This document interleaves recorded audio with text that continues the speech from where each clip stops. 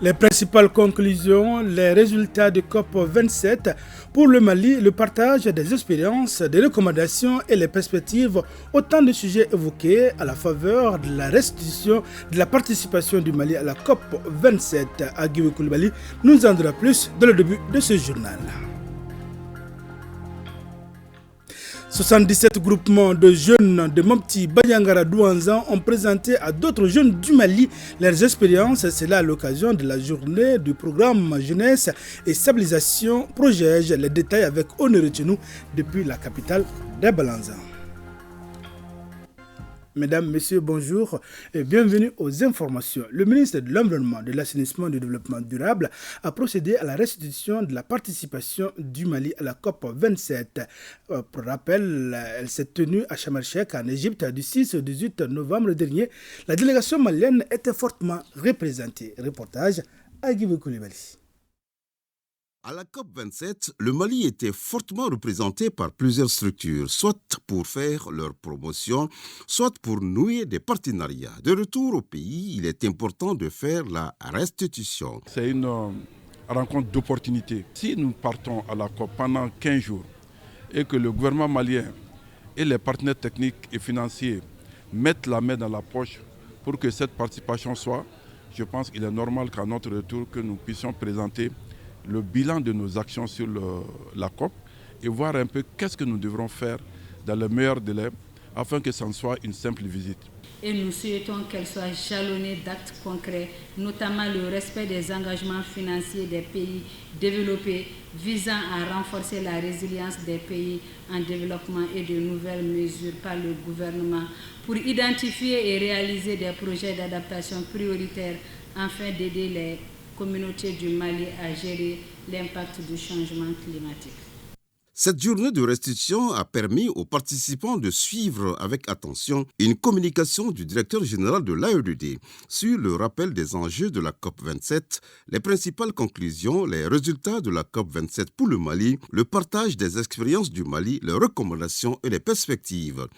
Les différentes recommandations et conclusions que nous avons reçues de cette COP-là, nous devrons les travailler afin que ces recommandations et opportunités deviennent des réalités chez nous par l'amener des richesses, mais aussi par la création d'emplois. Modibo connaît de conclure qu'il faudra suivre les contacts obtenus durant les COP pour le développement des partenariats féconds.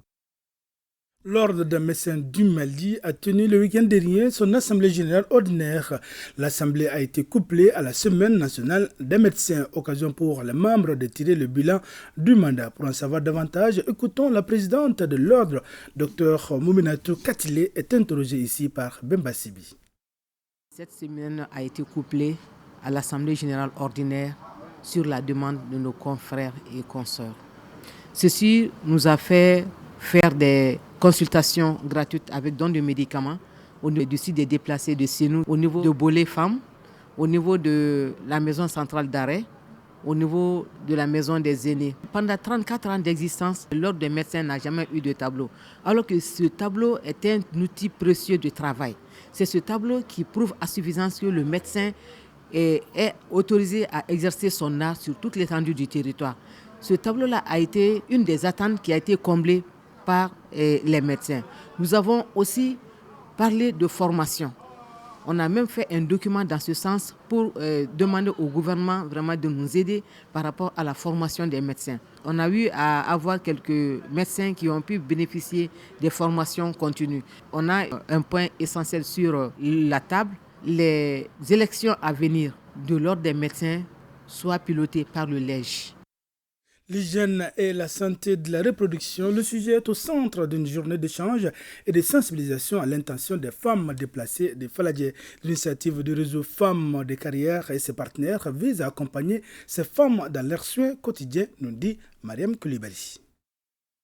Vivant dans un environnement défavorisé, ces femmes déplacées sont confrontées à de nombreuses difficultés qui nuisent à leur santé sexuelle. C'est pour aider à lutter contre certaines maladies dans leur milieu que le réseau Femmes de Carrière a initié cette rencontre. Nous avons voulu dans un premier temps donner un petit sourire aux femmes et aux enfants réfugiés de Faladji. Mais à la suite de notre première visite, quand nous sommes arrivés, nous avons vu que l'hygiène n'y était pas.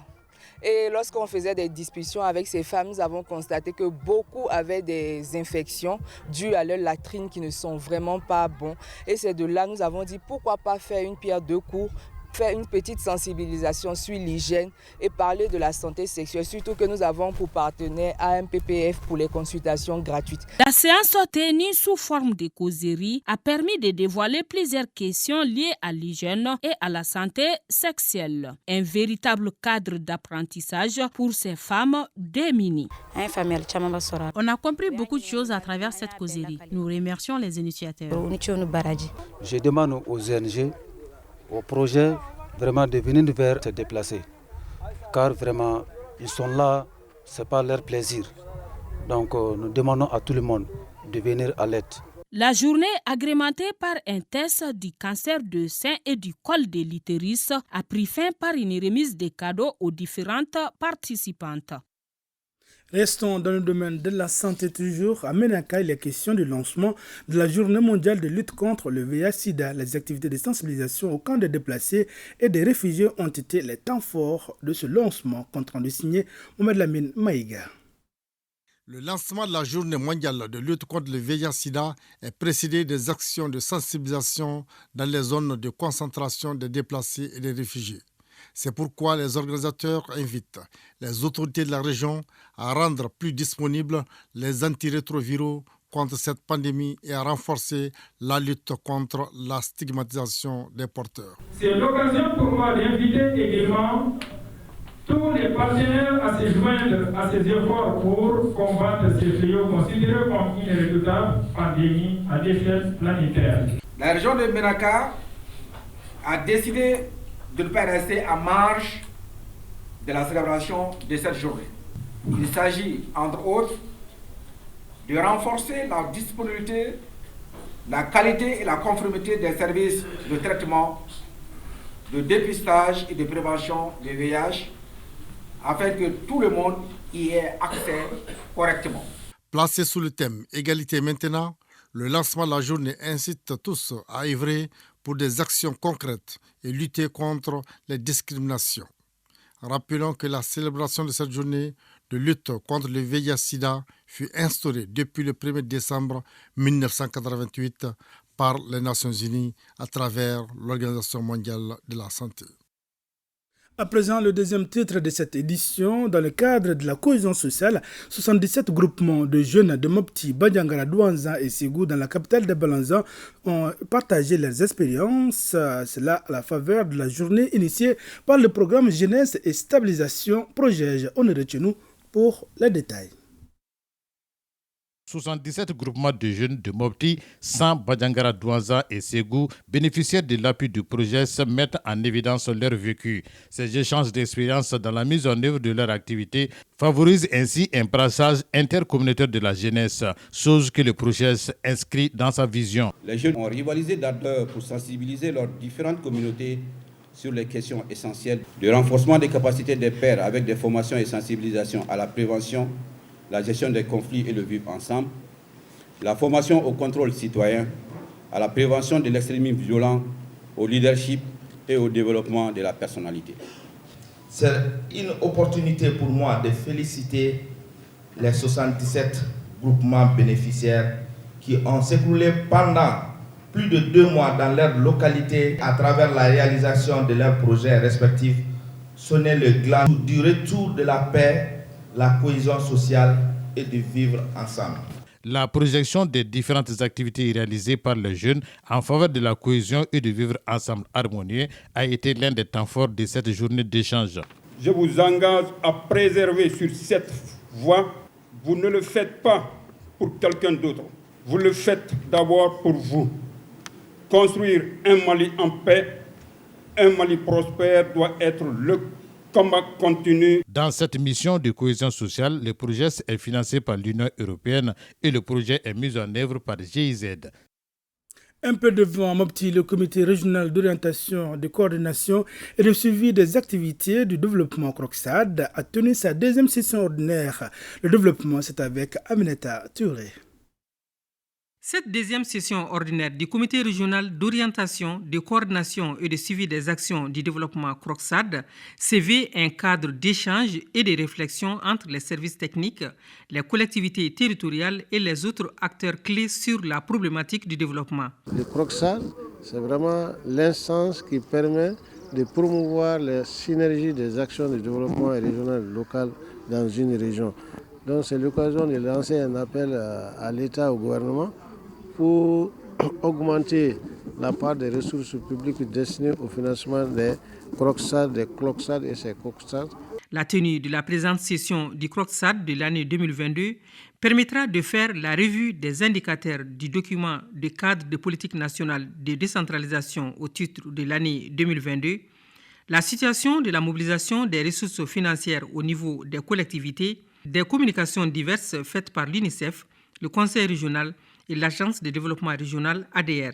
Nous avons beaucoup de défis dans la région. Le défi sécuritaire est là, le défi humanitaire aussi est là. Si les CROCSAD donnent une visibilité à nos actions de développement, ça va permettre d'attirer des investisseurs et des partenaires qui vont nous accompagner. Il est à signaler que la présente session se tient selon les organisateurs dans un contexte marqué par l'examen par le Conseil national de transition du projet de loi portant réorganisation administrative du Mali, la situation sécuritaire, l'adoption par le gouvernement de la stratégie de stabilisation du centre et son plan d'action, pour ne citer que ceci. En troisième région, il est question de la rencontre qui examine et évalue les répercussions des activités menées sur la vie quotidienne des victimes d'apartheid. Moussa Kourou-Siremi pour le compte-rendu. Pour lutter contre l'apatridie dans notre pays, les plus hautes autorités ont souscrit à des conventions législatives et institutionnelles ayant abouti à la tenue en 2020 et 2021 des sessions d'information et de sensibilisation des acteurs de l'administration et de la justice sur le phénomène. Des rencontres sanctionnées par des recommandations dont la mise en œuvre fait objet de suivi et évaluation à travers ce cadre d'échange. Il est organisé par le ministère de la Justice et des Droits de l'Homme en partenariat avec UNHCR. Sur les 12 recommandations qui ont été formulées lors des ateliers précédents, il y a plus de la moitié qui ont reçu au moins un début d'exécution. Ces recommandations, c'est d'abord au niveau de l'insertion socio-économique des personnes déplacées. Et il y a aussi le contrôle juridictionnel de l'état civil. La question de l'apatridie est une grande violation des droits de l'homme qui, pour nous, ne saurait rester sans combat. Donc c'est ce qui justifie bien évidemment notre présence auprès de l'État malien et ensemble qu'on revienne encore sur l'importance de pouvoir éradiquer cette notion d'apatridie. Il s'agit donc pour les acteurs de trouver des solutions au point de blocage dans la mise en œuvre des recommandations. Il y a l'intervention des différents acteurs qui ne sont pas au même niveau de compréhension, donc ça nécessite le renforcement des capacités des uns et des autres. Ça permet déjà d'anticiper la gestion des différents cas. Comme entre autres solutions, les participants de SICASO proposent la souplesse dans la procédure de naturalisation, l'effectivité du principe de gratuité des actes d'état civil et l'uniformisation des imprimés types pour le mariage religieux. La direction régionale de la promotion de la femme en partenariat avec l'ONU Femmes a tenu une session de formation et de sensibilisation sur la résolution des conflits et d'intégration des femmes dans les comités de gestion des conflits. Eh bien, les détails avec Rakia Toutouré depuis la cité des Askia. Mieux outiller les femmes et les chefs des quartiers sur le rôle et la place des femmes dans la résolution et la prévention des conflits. C'est l'objectif de cette session d'information et de sensibilisation organisée par la Direction régionale de la promotion de la femme, de l'enfant et de la famille. On veut que les hommes et les femmes comprennent que tant que les femmes qui sont les premières victimes ne sont pas au sein de ces comités de gestion des conflits, les conflits n'auront pas de solution. On a compris qu'il faut les femmes. Et c'est bien compris aussi par nos femmes à travers la direction régionale de la promotion féminine. Plus de 60 femmes ont pris part à cette activité. Elles ont salué l'initiative et appellent la direction en charge de la promotion de la femme et ses partenaires à multiplier les actions allant dans ce sens. Nous sommes vraiment satisfaits de participer à cette activité d'aujourd'hui et que nous venons aussi auprès de la promotion de la femme et de l'ONU Femmes de multiplier ce genre d'activités pour mettre les femmes en tant qu'actrices de paix. Des sketchs et prestations artistiques ont agrémenté la séance de sensibilisation et d'information rendue possible grâce à l'appui financier de l'ONU Femmes. Puisqu'il est l'heure de déjeuner, partons à présent au nouveau restaurant Les Saveurs de Babi. Ce restaurant est dédié 100% aux spécialités culinaires ivoiriennes. L'entreprise a ouvert ses portes à Kalabankoura, Bokari Koulibaly.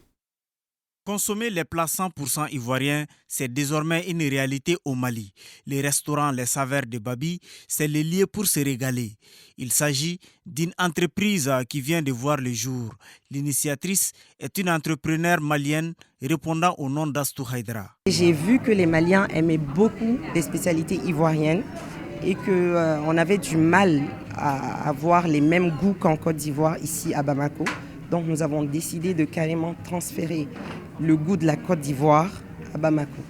Dataflag Technologies, la structure spécialisée dans l'appui des jeunes entrepreneurs et la direction des petites et moyennes entreprises, se félicite pour la réalisation de ces projets. Nous travaillons avec la Direction nationale des petites et moyennes entreprises, avec d'autres partenaires de l'écosystème financier, pour faciliter l'accès au financement pour les jeunes entrepreneurs. J'encourage l'entrepreneur pour lui dire que l'entrepreneuriat, c'est une œuvre de longue haleine, c'est un parcours de vie.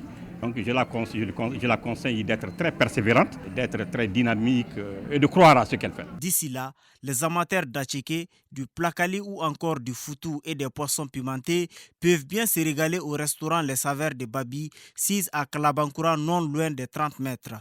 En dégustant, c'est comme si on est dans la lagune ébriée.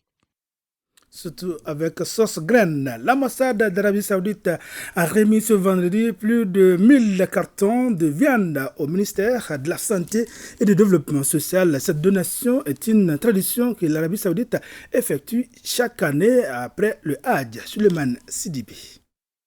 Après la cérémonie de réception, les cartons ont été remis directement aux personnes ciblées.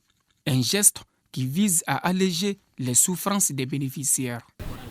L'opération de cet après-midi, c'est la réception et la distribution des carcasses de moutons sacrificiels de la Mecque, qui est chaque année donnée par l'Arabie Saoudite au Mali. Je pense qu'à cause de la Covid, ça nous faisait 2-3 ans qu'on n'a pas reçu, mais cette année c'est revenu.